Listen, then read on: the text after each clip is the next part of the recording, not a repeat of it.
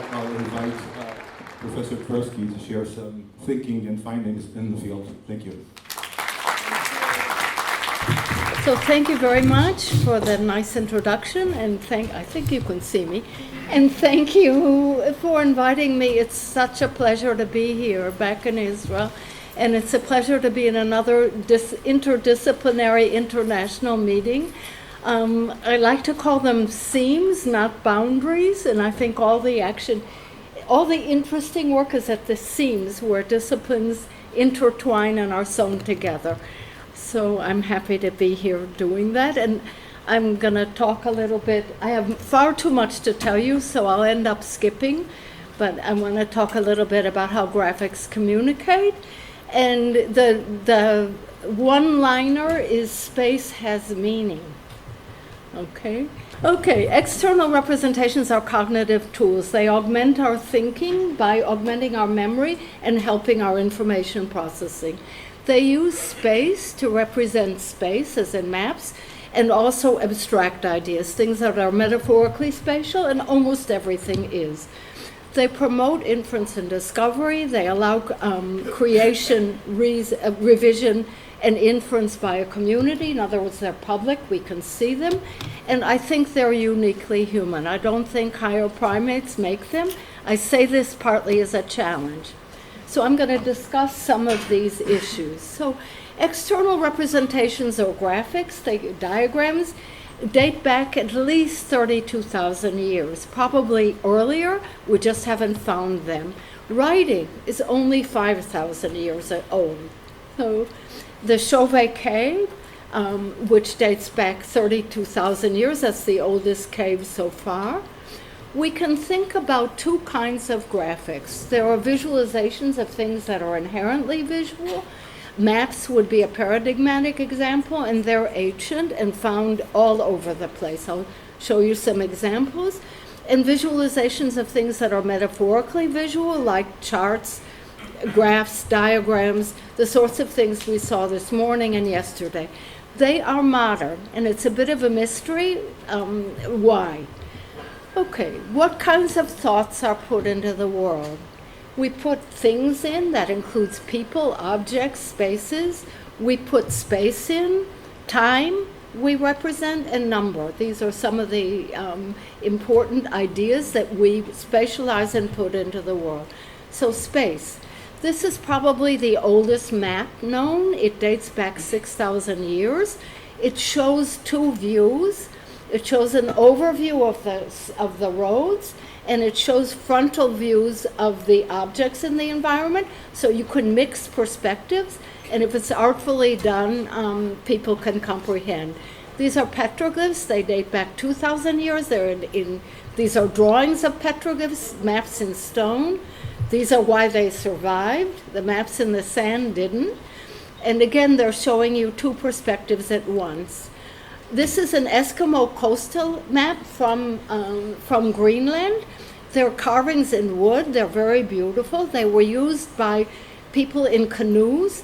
They show the inlets of the sea, and if they fall in the water, they float, and they can be used on two sides. These are other seafaring maps. They're South Sea Islanders. The shells are islands. The bamboo strips are the ocean currents, which you can think of as the highways of the ocean. And South Sea Islanders used these to navigate from island to island. The islands couldn't be seen, and at least some of them came back. Okay, this is a map used by North American Indians. They just showed the city on their hands. And again, gestures. These are easy ways to communicate. This is a map well known this is the Madaba map of Jerusalem. If you look very closely, you can see that the streets in Jerusalem are all parallel and perpendicular, which they aren't.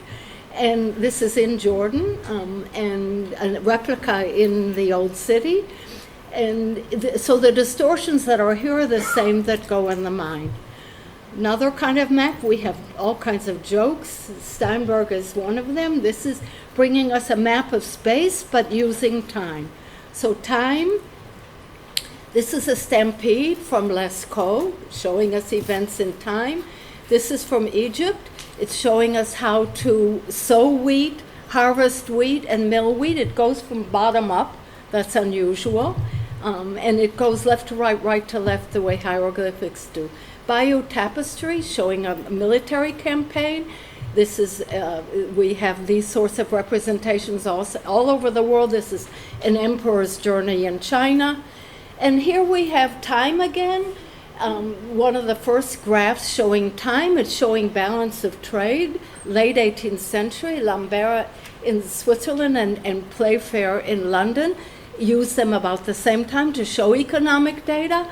Someone did a survey of graphics in USA Today, Guardian, and so forth, as well as scientific journals, and 75% of them show one or two variables mapped over time. So these are very common.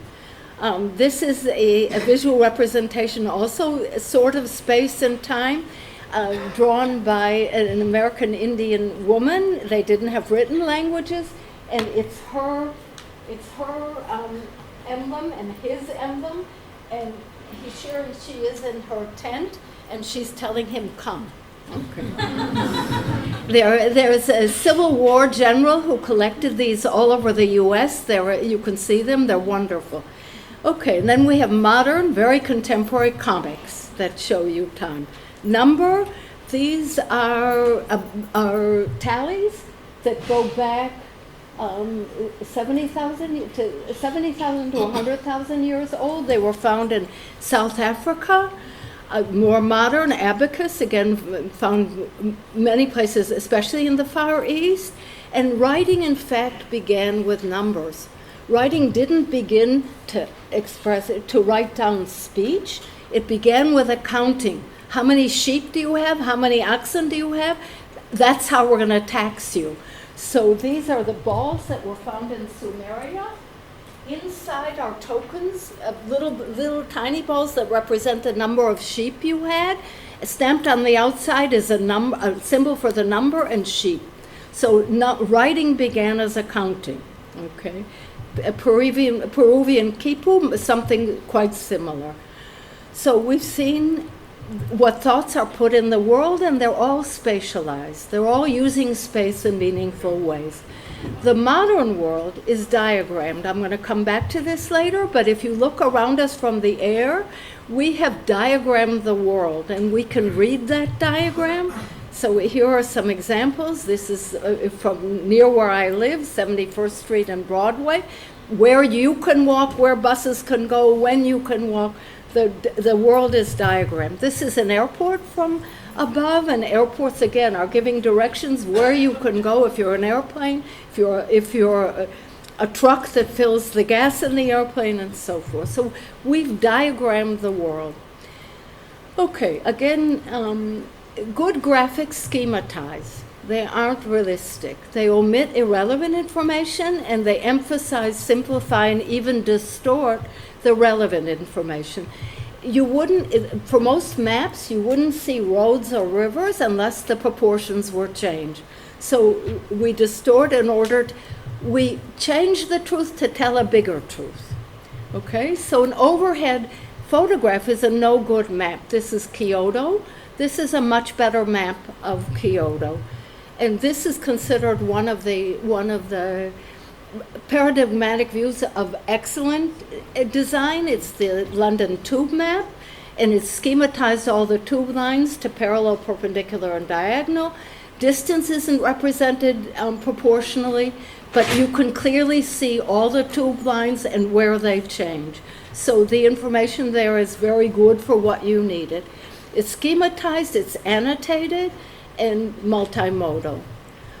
Okay, so graphics consist of elements and the spatial relations among them. And I'm going to claim that these convey meaning directly. So spatial relations, proximity in space signifies proximity on some abstract dimension. This again appears in gesture. We say we've grown close to someone, or we've grown far apart. So we're indicating our feelings by gestures that show spatial relations. Centrality is important. There was once a story in the early part of the previous century of a ruler of an African country who wanted to show how modern he was. So he had the country surveyed, and he found out that the capital was not in the middle of the country. So he moved it on the map, okay? Because center is center, it's central, okay? So, we have that in people's social networks. They're in the middle, right? And they tend to put their parents up and their friends to the side. So they're using vertical space as well as centrality to convey a meaning. So directionality. Vertical is loaded. What goes up is usually better, stronger, healthier. Our piles of money grow up. We grow, and as we get stronger, some of us don't grow very high, but we try. And Europe or Italy is filled with towers that have no function at all. They will just show you that this particular count could build a high tower, right? They keep falling down. So height indicates power, strength, health. We stand up straight when we're healthy. We slump when we don't have the strength to stand up. We're fighting gravity. So gravity confers a great deal of meaning to that dimension. The horizontal is more neutral, but writing order does confer a great deal of meaning, and handedness confers a little bit. So we had centrality. We looked at diagrams in textbooks for things like evolution, and in almost all of them, 19 out of 20, man is at the top. It's always man, right? But it's because that's the best, so it's the top, right? As far as horizontal use of space, this is increasingly being studied because there are languages like Hebrew and Arabic that are written right to left, other languages left to right. The number line tends to go along with writing order. It gets confused in Hebrew. I can talk more about that. Agency and power tend to go left to right in languages that are left to right, and right to left in languages that are right to left. Speed is seen as faster in reading order than in the other order. Aesthetics, value, all tend to be ordered in reading order. So this is a cultural artifact, but it still confers meaning. Okay, so this is a chart that I copied, that I got by accident. It came out of Hebrew Excel. It's in English, but the numbers are increasing from right to left.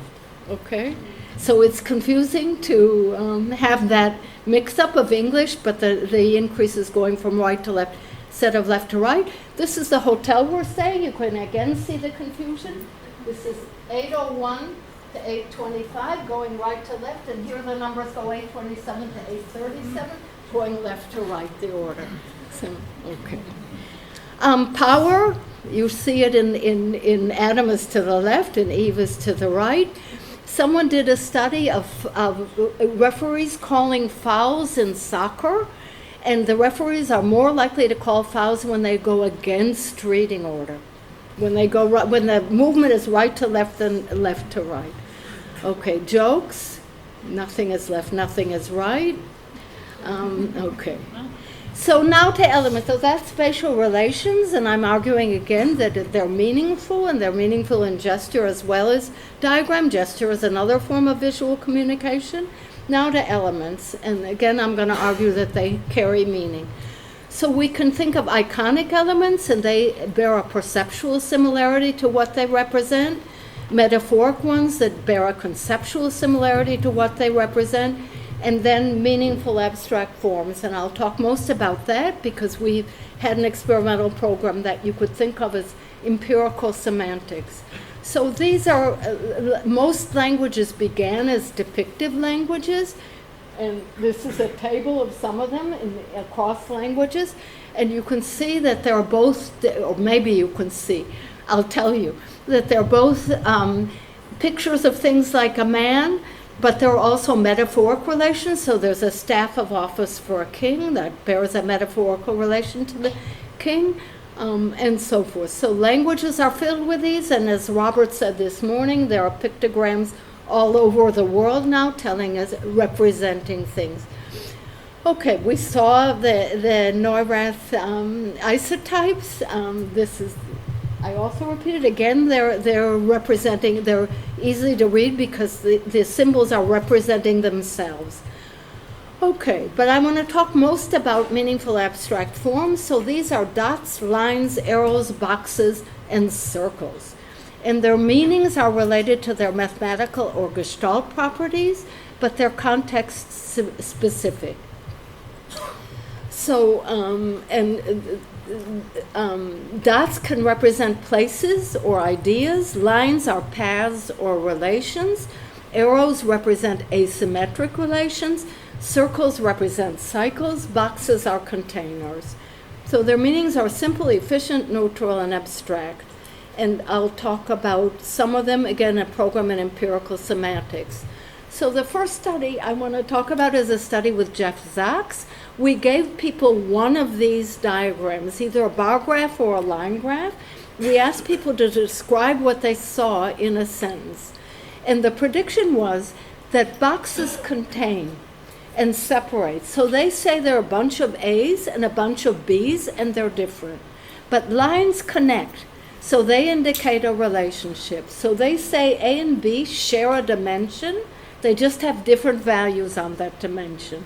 So we predicted that people would give us trends for the lines, and they would give us discrete comparisons for the bars. And that's what we found.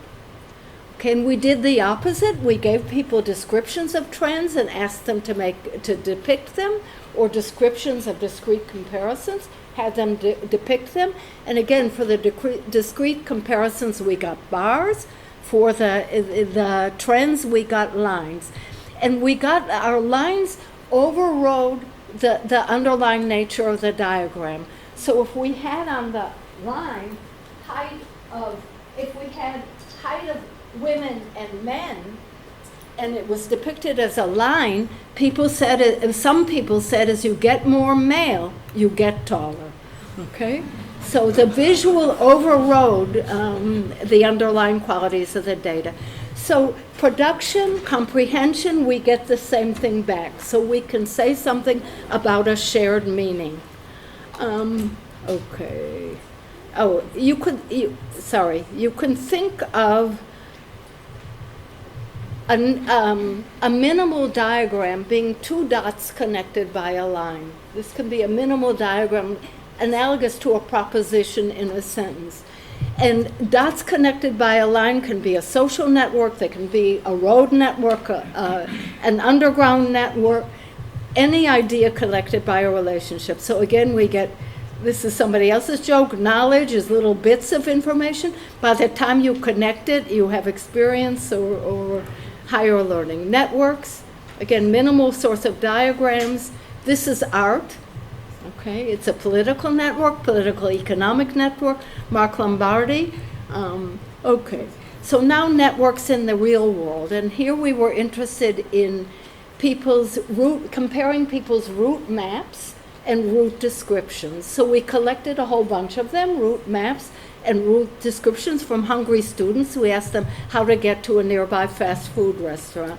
And we were wondering, is the underlying representation the same?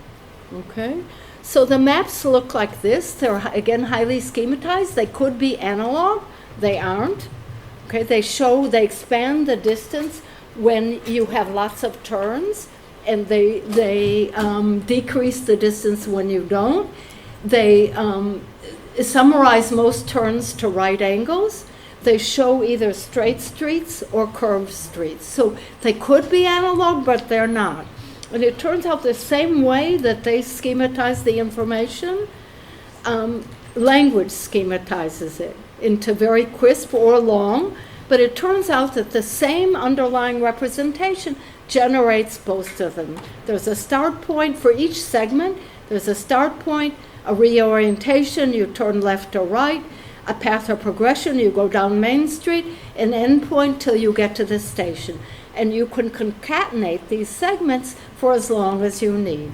So we found that there was a small set, a toolbox of elements that could be used both either verbally or visually to express routes. So turns are represented 4 kinds of turns, usually as right angle. You have either straight paths, and if for straight paths people said in English, go down. For the curved paths, they said follow around. So language makes that same distinction. And landmarks were represented as blobs. And we gave one of these toolkits to another set of students, either the verbal or the visual. We said use them to construct new routes and add components if you need them. They didn't need them. So it's a kind of way of automatically translating from the graphic to the verbal and back again. Because the meanings map onto each other. Okay. So why do they work? When there are so many errors, when those maps are distorted, they work the way any graphic or diagram works. The context disambiguates. So if you think the road turns 90 degrees, but it in fact turns some other way, you're going to go along with the road. You're not going to turn 90 degrees. So any sort of representation, linguistic or graphic, is meant to be used in a context, and the context can, not always, but can disambiguate.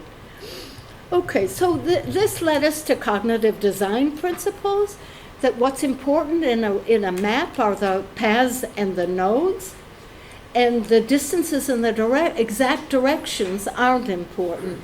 And that led, this is years ago, Manish Agrawala and Chris Stolte, to make line drive, automatic construction of maps, and their algorithm is on the right, using those cognitive design principles.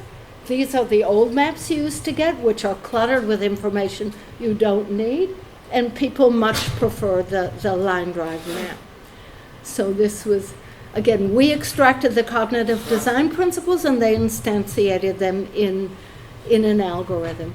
So we find parallel ways of communicating with gesture. So we asked people to make videos telling someone how to get from one place to another, not using language. We said that it was for people that didn't understand English. So they make a narrative. They start with hello, or pointing to you and then pointing to the map. This is where you begin. So they have an introduction. It's more of a narrative. They point to landmarks. It's again like dots.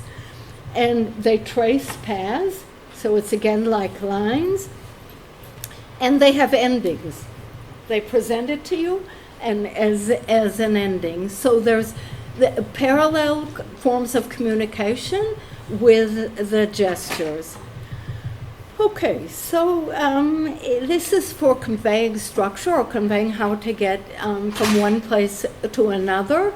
What about conveying change over time?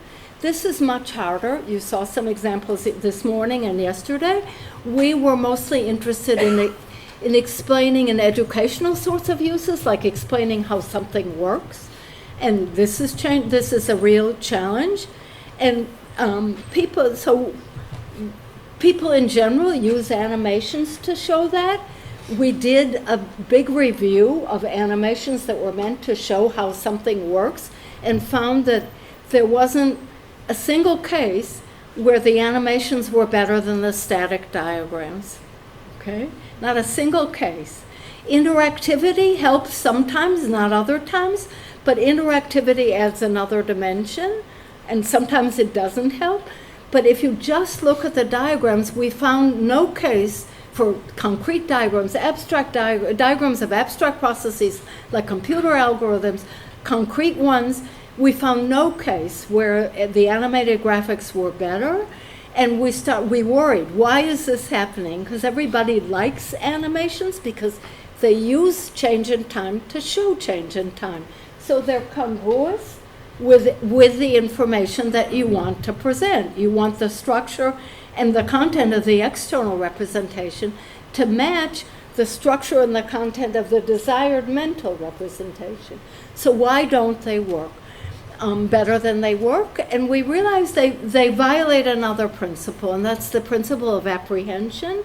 In many animations, too much happens too quickly, and you can't follow it.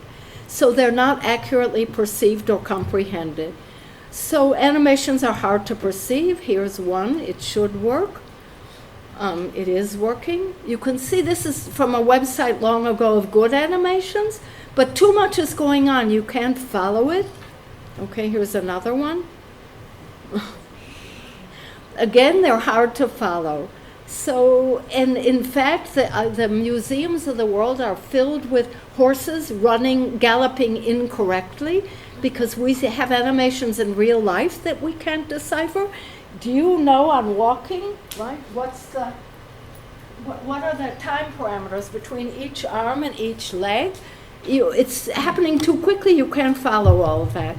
So it wasn't until there was stopgap photography, Muybridge, that people knew that all four legs did come off the ground, right? They took a bet and all four legs did, but it was only doing that stopgap photography that led us to see how horses really gallop. Okay, so animations are hard to perceive. Animations are conceived of as discrete steps. So if I tell you how to get from here to our hotel, I'd never try to do it. I'm going to tell you the terms, right? So I'm going to divide it into discrete steps. If you go a long way in a highway, I'm not going to do it in real time. So animations don't do that. Most of them are in real time or condensed time, and they don't stop and explain it to you in steps.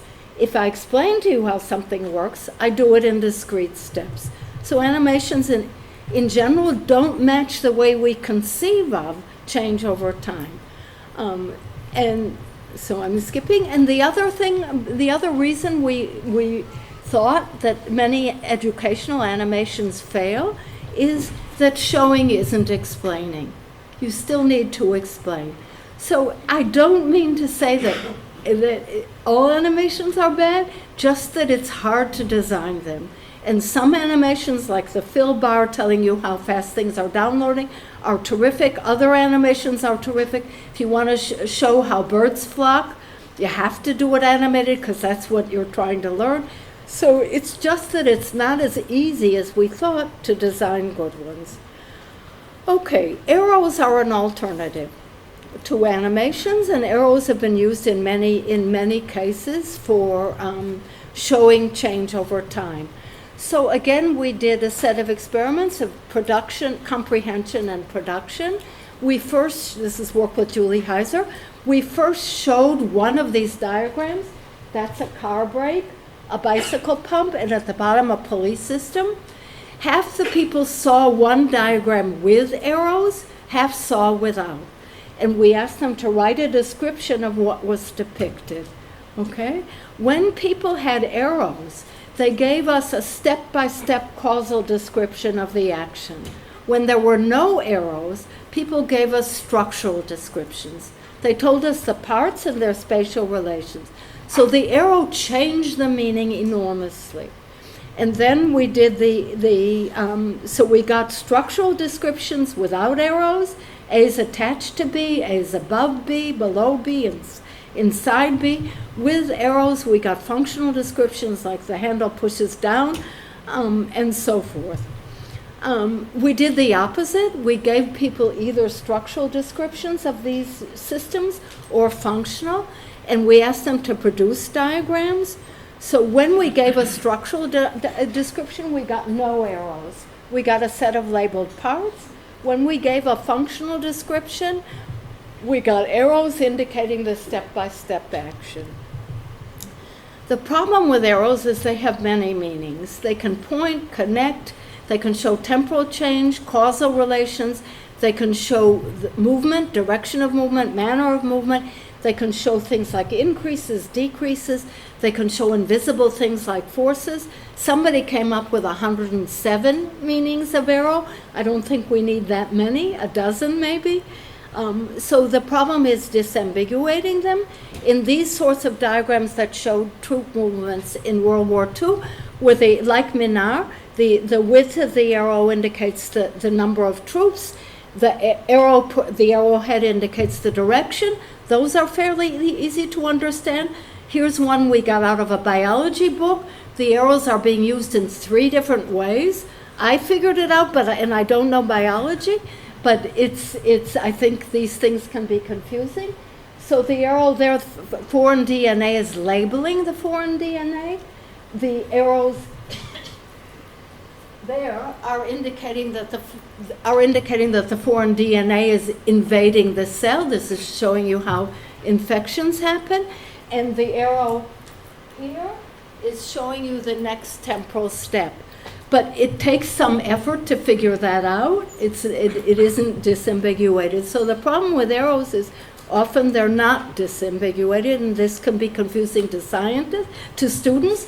This is the rock cycle. I show it to geologists, and they say, "Oh, it's beautiful. What's the problem?" And then I start asking them what each arrow means, and they say, "Okay," because it's not at all clear even to geologists. Okay, here you have arrows in Venice, right? Right, they're all over the place. And here is how to pass a law in the U.S. Congress. Just like here in the Knesset, you go around in circles. And this is arrows in art, clay, but many artists have used arrows. Okay, cycles. So cycles are very common, again, in textbooks and economic diagrams, although economists generally show them as sine wave sorts of things. But we were interested in how do people produce and understand cycles? So we gave very simple cycles to people. You wake up, go to work, come home, go to sleep, it's the rat race, you do it each day. Well, people draw us lines. They make pictures, they don't have to do that, so the principle of least effort doesn't hold, okay? People, Occam's razor, all that, people often spend extra time to do something that they enjoy, but we get lines, not circles. Same with a seed. We tried it beginning with a seed, ending with a seed. This is a flower. We get lines. So we've tried this with many different cycles. We've tried many different arrangements of the task, and we never succeeded in getting more than half circles. Okay. So even though we think of things like the seed or the rock cycle as cyclical, people like to project it as a line. Okay, so why? So this is one where we're not getting parallels in production and comprehension, because people do understand cycles. We had no problem getting understanding, but they want to produce lines. So why do they, I had a slide for why, but it disappeared. Okay, why? One is that time doesn't come back on itself, okay? All of these processes take place in time, and although many, many, many times we wish that we could go back, we can't, okay? So time goes forward inexorably. Another reason is that stories go forward in time. So we like to think about these processes as processes, as having an outcome, a beginning, middle, and end. Right? And that also linearizes them. So we think we know why people linearize them, and that kind of linearization of thinking of time as having, or process as having beginning, middle, and end, seems to be very strong. Again, it's something we can talk about later. I'm rushing through this. So, our schematic elements. The schematic elements are very much like schematic spatial terms. In fact, I'm using the terms there. A point can represent a place or an idea. A line can represent a path or a relation. We talk about relationships. They can be mathematical relationships, romantic relationships. The context will disambiguate, just as we need the context to disambiguate lines. Arrows indicate asymmetric relations. Bars are containers. These become a visual vocabulary for diagrams, and again, our context is going to disambiguate. And again, Steinberg said it all and said it visually. Here he has a line. On the left is Steinberg drawing the line. Okay, the line extends. Here the line is the Grand Canal. I'm going left to right. Is the Grand Canal it's representing the Grand Canal in Venice. Then it's representing a clothesline. Then it's the street seen above. then it's the Nile, then it's the top of a railroad bridge, and so on. So the same line changes meaning, but the context allows us to interpret it. Okay, how are we doing on time? Is anyone watching my time? No? Okay. So effective graphics, like route maps, are created in communities that use them, and that forms a kind of natural user testing. So we thought you can short circuit that in the laboratory, and I gave you some examples before. But one way of uncovering cognitive design principles is to look at people's productions, as we did with the bar and line graphs and the arrows, looking at people's preference and looking at people's performance. And then work with our computer science colleagues to implement those in algorithms. So we went, after we worked on the roadmaps with Manish and Chris, we then turned to assembly instructions, and these are assembly instructions for a barbecue that our collaborator brought home. And it's no wonder that after you finish putting this together, you end up with extra parts, right? There's no sensible way of knowing how to do that. 15 minutes, okay. So we had people assemble a TV cart using the box photo, and then they made diagrams. They explained in words and gestures. Here are some of the diagrams we got. These are good ones. So the diagrams, the good ones from the high spatial subjects, started out with a part menu, okay, like a recipe. And then they gave step-by-step instructions, and they showed the action using arrows and guidelines, and they showed the perspective of action. So these turned out to be the cognitive design principles, and they got implemented in an algorithm that Manish and others developed that was very nice. The algorithm takes apart an object and then reassembles it in a way that's comprehensible in a diagram, again using the step-by-step perspective action as cognitive design principles, and we compared the instructions in the box to the algorithmic ones, and we won. So the people were much better using these instructions than those. Again, we get similar parallel in gesture. So introduction, exhibiting large parts, it's like a menu again, pointing to small ones. Segmenting the action into discrete steps, first step, second step, third step, and showing step completion. Okay, giving step preview, showing the step before, and then doing it. So, and modeling the structure and modeling the action. So the gestures paralleled our instructions, and then an ending. Okay. So graphics show space, time, causality. What about stories? We had some nice descriptions of stories this morning and a few yesterday. Comics are a place to look for stories. Comics segment action into pieces. In these sorts of comics, they use both space and time together. So they show you the overall space, and then the action segmented left to right, up to down. So comic artists know how to segment action into natural segments and to show them.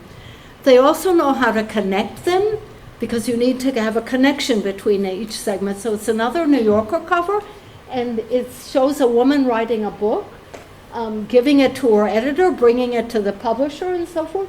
And in each segment carries something over to the next segment. And that gives you continuity. It's a kind of anaphora. It gives you continuity. In most cases, it's that red book, okay? And it ends with the homeless burning it to keep warm, okay? And so it's a visual joke a bit that you can follow, and also a verbal one. The title of it is Shelf Life, okay? So again, comics segment, but they also connect. And I think these are lessons for diagram makers. Comics also use a whole range, I have hundreds of these, of beautiful devices to tell stories that graphic designers don't yet use, or at least not known to me. So here we're using figure and ground to tell two stories at the same time. You get the words behind and the action in black. And again, I have a lot of examples of this that you can visually, if you're a good artist, do two things at the same time. Show the noise and show the action. Here there is a clever device. This is the three pigs. And the pig whose house was eaten, or who was eaten by the wolf, comes out of the frame and talks to the pig inside the frame and says, "Come out. It's safe out here." Okay? So we're breaking the story by coming out of it. And the fact that it's frames and you come out of the frame, any child can understand that. Okay? Here, comics use onomatopoeia. Here's a sneeze. Chew! And when the chew happens, the frame crashes, right? The glass breaks. Okay? Here's another one showing running down, right? And you get the feeling of speed by slanting the frames. So it gives you onomatopoeia of sort. I don't even know what to call these things, and rhythm. Then we have jokes. Again, Steinberg, this complacent-looking man, is thinking about a woman he's just met. And he's thinking that she's thinking about him. Okay? So you can have this kind of embedding. A logician asked me that. Okay, promoting inferences. This is how to stop cholera before the germ theory of disease. Snow asked people to put a dot by every case of cholera on a map. This kind of inferencing is used widely today. He found that the cases clustered around the water pump. They didn't know the connection between the water and the disease, but they took the handle off the water pump and the epidemic abated. This is World War II. Planes are flying from England to Europe to bomb, to Germany to bomb. Some are coming back, some aren't. There's a bit of money to reinforce the bombers. Where do you reinforce? So Wald said it had started with a blank plane there, and every time a plane came back and had been hit, he put a black dot. And he ended up with a diagram on the right. So where do you reinforce? You reinforce where the white is, because those are the planes that didn't come back. Okay? So it's again using spatial inferencing. I mean, it's where the pilot and the co-pilot sit. Right. Okay, enable new ideas. And here, ambiguity helps. Up until now, we've been after clarity, but here ambiguity helps. So this is a study we did with architects, professional architects, had them draw a design. And architects say they look at the designs they've drawn and have a conversation with it. They see things that they didn't intend, and that gives them new ideas. And the experienced architects were much better at it, and much better inferring things that aren't clear from the diagram, like how the light will change over the year, or how the traffic would flow. The less experienced architects only did things like they saw a pattern, there's a triangle there, I can use it as a motif. But in all cases, the architects that made new discoveries in their sketches, it was a productive cycle. Each time they made a new discovery, they got new ideas. So it was a productive cycle. And this is, we've now looked at this in artists and other cases, and the ambiguity is what allows the reinterpretation and allows the discovery. This is true of data discovery too, at data exploration. You don't want to crystallize things too soon, because it won't allow you to see new patterns and relations. And it's somewhat, you need experience to do it. So we brought that into a laboratory, and I can talk about that some other time. Facilitate collaboration. So we did a study with people trying to find an escape route or a rescue route to rescue wounded after an earthquake. And they either worked together, like these two, and or they had a shower curtain between them, so that they couldn't gesture on the same map. The people who could gesture on the same map, first of all, they didn't even look at each other. They only looked at their hands on the map. The hands took turns. Okay? They annotated each other's hands. So the hands are doing the action. And the groups that could gesture over the map were much happier, more collaborative, and it produced a better map. those that could only communicate with language, not with disambiguating by gestures over map, 30% of the time their maps didn't agree. They thought they agreed, but they didn't. So these foster collaboration. Again, the people that could work together over the map using the gestures were much happier and more collaborative. So why do graphics communicate so effectively? The spatial relations and elements convey meaning directly. I hope I've convinced you of that. Spatial inferences are easy. We can make inferences about proximity, about distance, about direction from looking. These are skills that we've developed from childhood, those kinds of spatial skills. We don't do them perfectly, but they're well rehearsed. And spatial metaphors, allowing us to map abstract relations onto space, are readily available. Time, value, strength, and many more.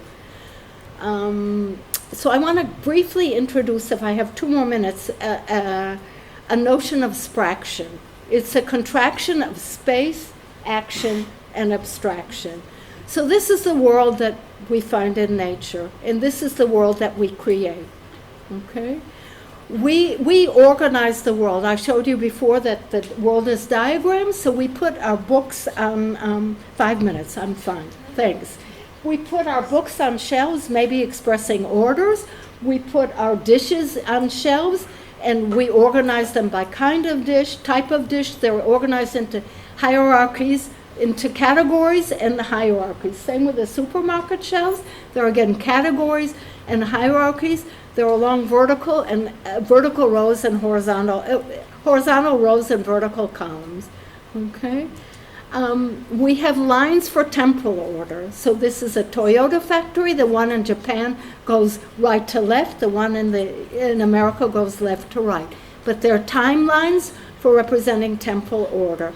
We have one-to-one correspondences in our table settings. So again, intelligence there.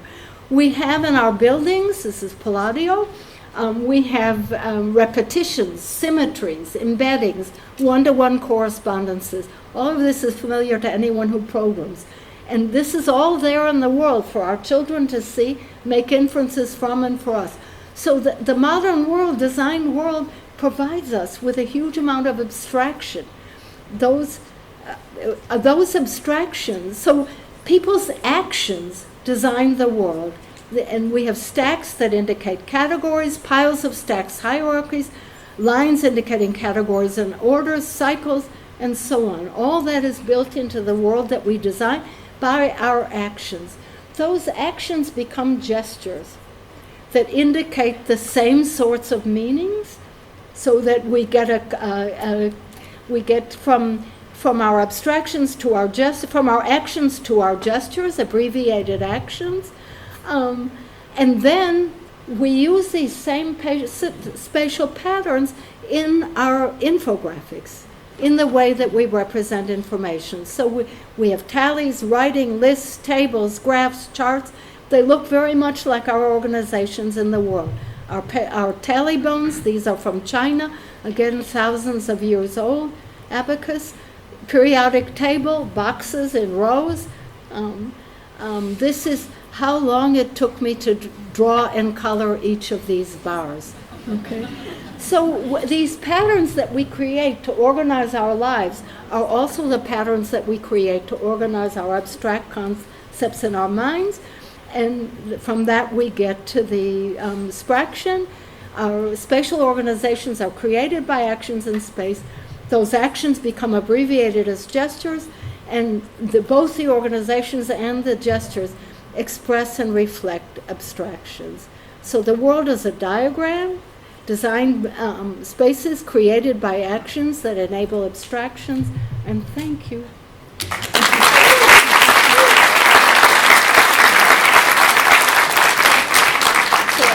I know I crammed way too much. You can ask in Hebrew or English. I don't hear in either language. So I don't hear or I don't see. So I'll try to retransmit. Where's the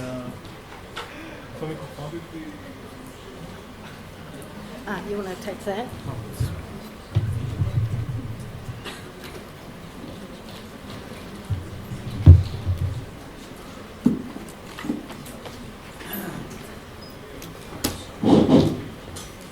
Yes, questions?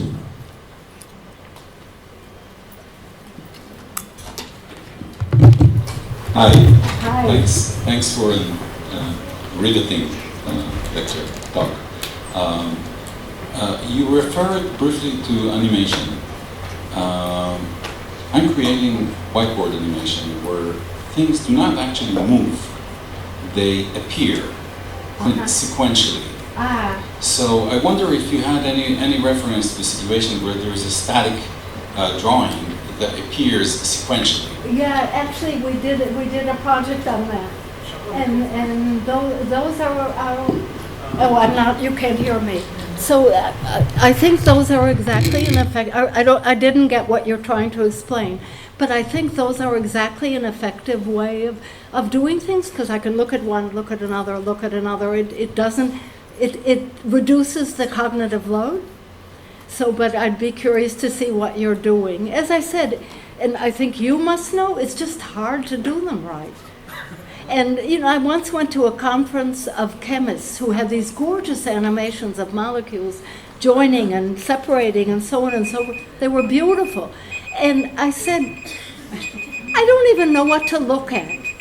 And, they were all men, and they were tall, and they looked down at me and said, what do you know about chemistry? And I said, I don't know anything about chemistry. I know something about perception and cognition. So, right, it's hard. So, right. Okay, other questions?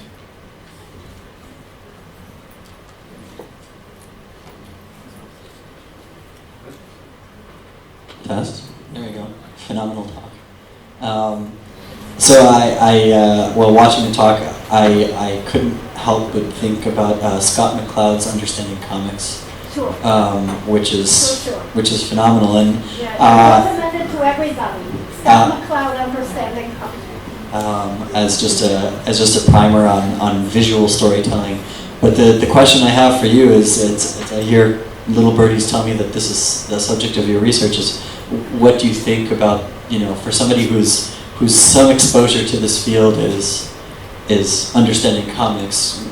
What do you think is something interesting for me to know about, or what's the next thing that I should read in that space? Because it seems very tied into what it is that you're researching and talking about. So this is my backlog of writing. This is not working. Okay. We're actually, I have a talk on comics, and I'm going beyond McCloud. So in case people didn't hear, McCloud's book, Understanding Comics, is brilliant. His later book's not as good, but that Understanding Comics is absolutely a must-read classic. So I think we've gone beyond it. I mean, the ideas about anaphora, for example, of how you connect segments, how you break them up. So I need to write it up. We have a little bit written, but not enough. So I'm right. That's funny. Someone back there. Peter.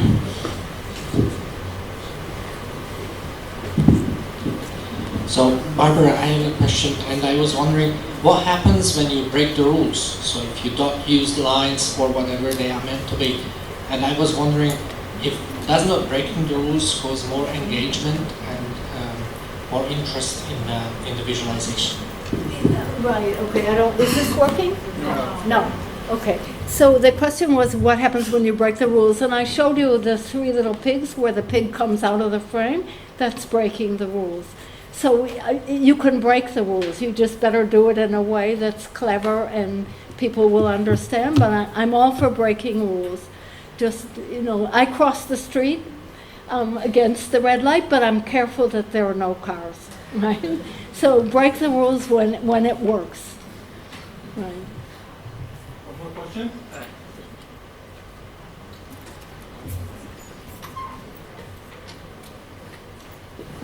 Barbara, thanks, terrific talk. You just went through a great inspection of the primitive, basically elements, precepts, and process that lie behind every kind of visualization. And I think we should take into account this all the time that we talk about standards for visualization. And I wonder, nowadays there is a strong emphasis on tools to produce visualization. And according to your experience, how much collaboration is going on among people like you doing your kind of work and people are building tools? And what would be the advantage of kind of increasing that level of cooperation? I mean, that's for you to say. You're the tool user. I can't do anything. I'm incompetent. So, but I mean, I hope meetings like these give people ideas. I don't know.